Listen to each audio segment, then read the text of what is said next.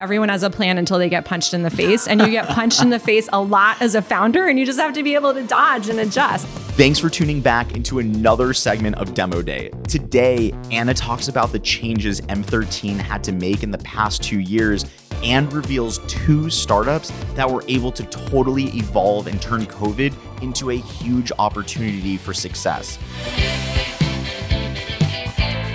Were there any companies either within the M13 portfolio or even Techstars cohort that you invest in that like really surprised you? They either for good or for bad. And the kind of follow-up question to that is, what were some of the like characteristics or the unifying traits of the founders that you're like, damn, like they were able to pull this together and, you know, turn these opportunities? What were some of the traits that you think stood out to you and the ones that like really were able to turn these into opportunities? I'll give you a couple of examples. And one of the areas I'm really excited by is future of work and kind of how the world of work is changing. And these are both actually examples from the future of work. So, and both companies that we invested in kind of post-COVID, but having seen the pivot that they were able to accomplish. So one of them was Interviewing.io, LA company, CEO Aileen Lerner. So Aileen, the Interviewing.io business model had been, it's a platform for companies to find engineers who are vetted by doing actual Code Academy and stuff? No, blind to anonymous coding interviews with volunteer expert engineers from FANG companies. So imagine if you're an engineer and you're able to interview with, you know, someone who's an engineer at Google and get feedback anonymously on how you did, and then use that in order to present to a potential employer. Interesting. Right? So yeah. Absolutely genius. And the beautiful thing about it is that these engineers are willing to volunteer their time to do these coding interviews because it's interesting to them and because they fundamentally want to pass on their knowledge. So there's this group of mentors, there's this group of aspiring engineers and putting together with the companies. The original business model was, let's get paid by the companies. COVID, the bottom fell out of the job market. Yeah. And then the company was able to immediately pivot, come up with a new business model that was focused more on the talent, on monetizing on the talent side, and growth just took off. Right. And so now the company is in a great place because they've got both sides of the marketplace working. And this fundamentally is solving a big problem in engineering hiring, which is you go through this whole process and then you get to the technical interview and you find out that the engineer doesn't have what you thought they might have based on their resume. And so this shortcuts that entire process. But one of the things we found really compelling when we started to get to know that company was watching how the team had navigated and really flipped their business model. And that suggests a team that has resilience and is going to be able to, do that again in the future if we once again come up, into turbulent times. And the other example is another LA company called WeCare. Oh, yeah. I just led their Series A. So that was just announced in February. And that's an incredible story of WeCare was a childcare marketplace focused on in-home daycares. So connecting families with in-home daycares. So Which I need desperately. Highly recommend. I can hook you up.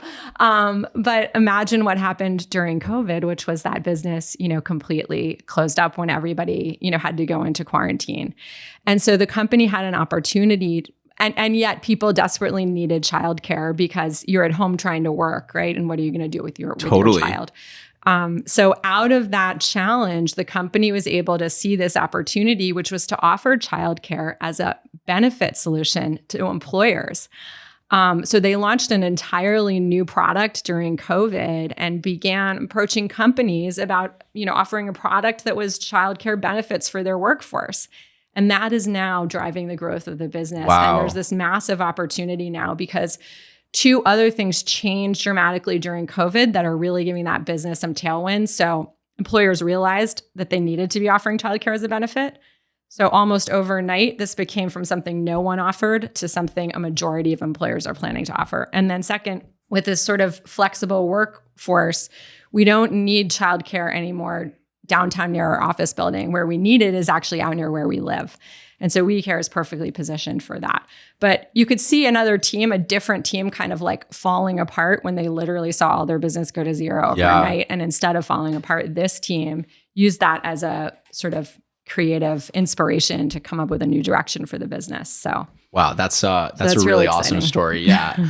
When it comes to M13 in particular, have you guys had to change your thesis of like who you invest in? Because I remember in talking to Carl, like for the most part, there was a lot of B2C focus, some B2B, of course, but you mentioned future of work. Like, have you guys had to kind of make changes over the last, let's call it 2 years, of kind of where you want to put time and money and energy? I think our investment thesis has evolved as kind of the market has evolved. Yeah. So if you think about specifically with respect to e-commerce, Fund 1, M13's Fund 1, which of course I wasn't there for that, but invested in a lot of iconic direct-to-consumer brands, so brands like Rothy and Thrive and Ring and Pinterest and Lyft. So some more direct-to-consumer, brands and marketplaces. We've moved as the fund has matured into kind of the e-commerce infrastructure layer, so now we're thinking about services that help direct-to-consumers brands survive as opposed to the brands themselves. And that's been partly because the market has matured, right? And so the playbook for launching a direct-to-consumer brand is now well understood and well known. And so we're seeing fewer companies emerge and then rise to the level of unicorns as a direct-to-consumer brand, but we think there's huge opportunity to support the ecosystem. So I would say it's really just an evolution of the investment thesis kind of as the market changes. Totally. And the same thing with respect to future of work. So, we invest both in what you would consider HR tech, so things like WeCare, and we also invested in All Voices, which is a communication platform for culture. And then we also are interested in the freelancer marketplace, work marketplace, because we see a future where a lot of work is happening outside of work, where there will be people building entire great careers that won't have a quote unquote job. Totally. And I personally believe that in this idea that income security will become decoupled from the idea of a job, so that, we have this idea in our minds that security is kind of, I go work at IBM for 40 years. I think that idea is no longer plays, and the new security is having multiple income streams. I totally agree. I oftentimes think about how Coefficient Labs will continue to evolve, because pre-COVID, like I've been on many podcasts where I said like our team will never go remote. I've been a part of championship sports teams in basketball, and like we go to the big game together and we come back, and that if we're not all together, how can we be this great team? And then we went into COVID and we all were separated, and we hired new teammates from Washington, DC and New York City and Peru and Canada, and we like really were able to work with this like amazing talent, and our team almost tripled in size. We became like in many ways more efficient. And now that we're back together, I'm really like thinking in my mind, like, how do we keep evolving? Because like there's for sure the energy, I bought everyone breakfast burritos yesterday, and like that opportunity to just sit and hang out with each other. But I oftentimes wonder, like, how will this continue to evolve, especially as like there's so many opportunities. And as a business owner, part of me wants to like hold tight and make sure that we're all in this together. And the other part of me is like, well, maybe are there better ways of doing it? And not just for us, but for everyone on the team. So I'm definitely like, interested to see how this plays out in this new gig economy where many people could have 3 or 4 or 5 jobs, even if that's what they so choose.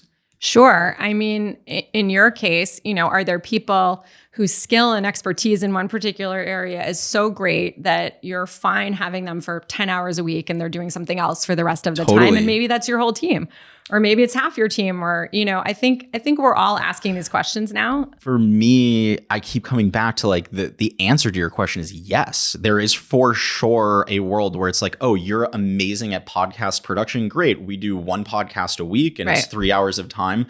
But like the other flip side of it is like, but what about on the bus off the, like, what about that, like feeling that we're building something together?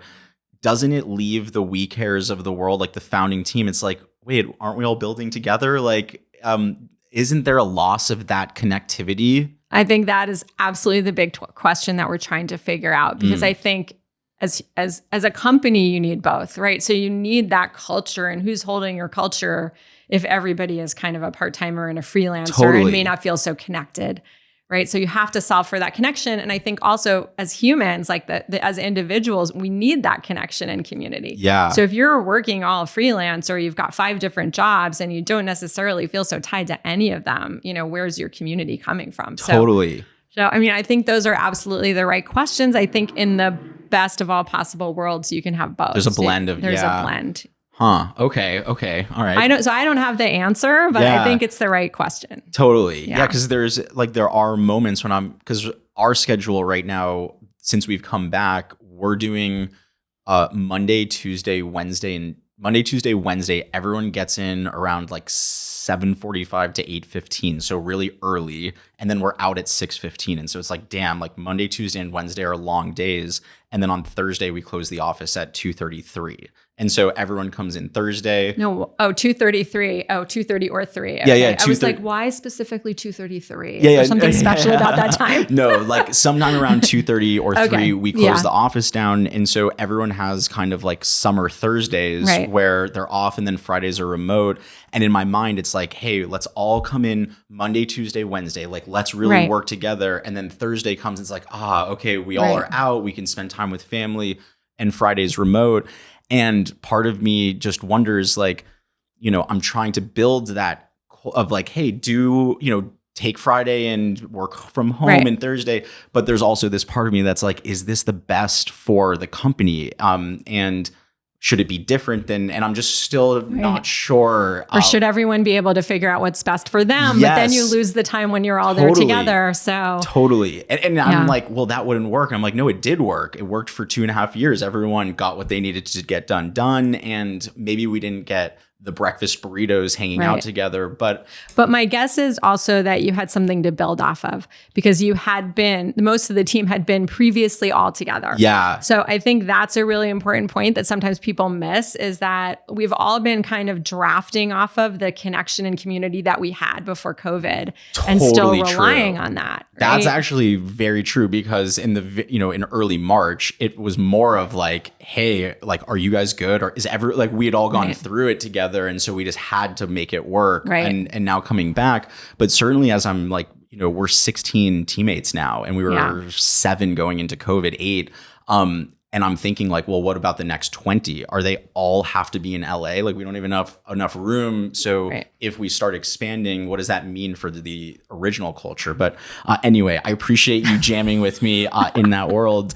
I want to bring us back to M13.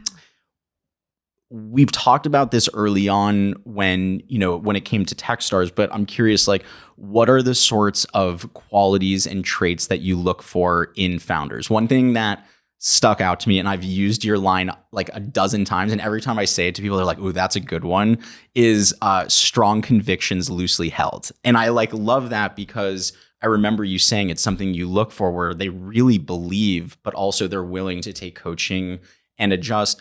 Has your philosophy changed at all? Like, now that you're meeting more senior founders, what do you like to see in them? What are the traits or qualities that you're looking for that are sort of like your magic, formula for, I want to invest in this team?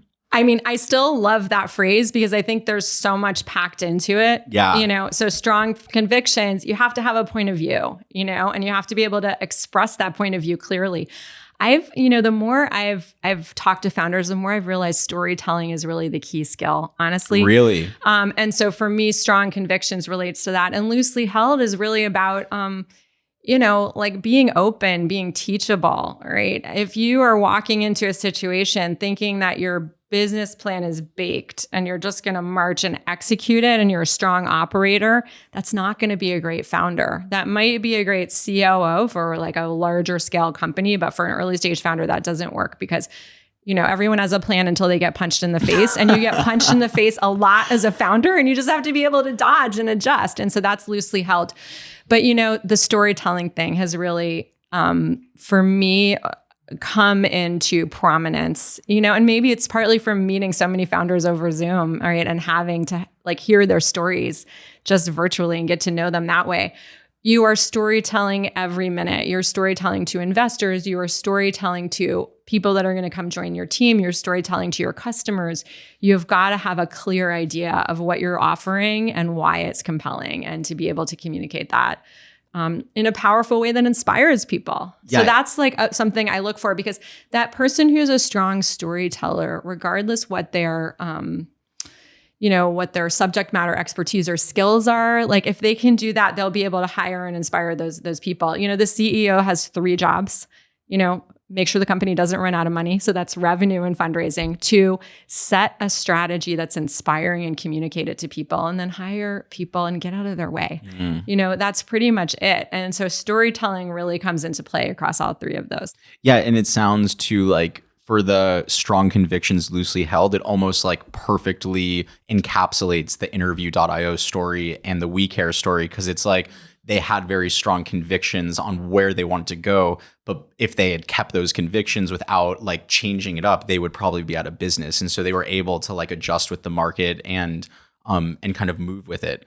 When it comes to investments, like, I don't know, I would imagine, or I guess my question for Techstars in particular, maybe even M13, were most of the investments in Los Angeles? And then once COVID happened, did you start looking outside of Los Angeles? And I guess the follow-on question to that is, what's exciting? Where is exciting right now to you that's outside of San Fran or kind of these main hub spots? So it's interesting because when COVID hit, so my first COVID investing experience was Techstars 2020. And I could have chosen companies really that were anywhere, and still they mostly were in LA. I just, I started out early on deciding that I was going to build my career around helping build the LA tech ecosystem and invest locally. And I've pretty much stuck with that. Even at M13, where we really can invest anywhere, I tend to gravitate towards founders who are here. Maybe it's because of the personal connection. Maybe it's because of the network. That's just the way that it's in. But what was the second part of your question? Well, the second part of the question is like, what other cities? Oh yeah, what's exciting? Yeah. You know what?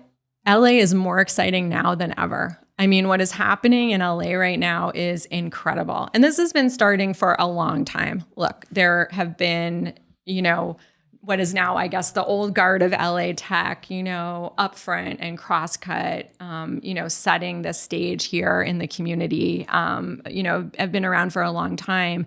And this community has grown and I think diversified in a really interesting way. And I think the most interesting companies are here in LA. I think there's great stuff happening in Web3 that's really innovative, e-com infrastructure. There's a lot happening here in that area. We've got deep tech here. We've got biotech, like space tech is absolutely exploding. That's not an area we're investing, but it's like an incredibly exciting area. So, and we're just seeing this community grow, but retain its core quality, which I would describe as kind of generosity and community support. We were worried a few years ago. I remember there was a lot of conversation of like, we're worried if LA gets too big, people will stop supporting each other and it'll become kind of more, backbiting and trying to just, and I've not felt that at all. I have just felt like that generosity and that feeling of like, we can all rise together has just continued. That's what I always love the most about the like, give first mentality at Techstars, because I think that, if you're not taught that at a really like early part of your journey in a startup, it can be very transactional. Like they do this for me, then I do this for them. And if they make an intro here, then I can do this. Whereas I think you're hearing a lot more of the concept of, give the value first. And if things, end up working out after that, amazing. But I think that, that certainly is something that I found amazing about the LA community that you don't see as much, as you move into like SF, where there's, just much bigger companies there. You don't need, at least it doesn't feel as though you need that much community because the teams are so much larger. Absolutely. And look, it's like driven by a few people in the community who kind of set the tone for everyone else, right? I mean, I think all the people at Upfront, have been very give first, right? There's people like Mickey Reynolds, there's people like Austin Clemens, there's people like Minnie Ingersoll. Yeah. The Techstars community in LA, like I like to feel like at M13, we're also bringing that kind of, give first vibe. And I see new people coming in and kind of like trying to understand the lay of the land and kind of, and then embracing it, which is cool to see. Stay tuned for our next segment with Anna Barber, where Anna links the connection between self-care and hustle culture. She also shares what investments M13 is making towards the future of work.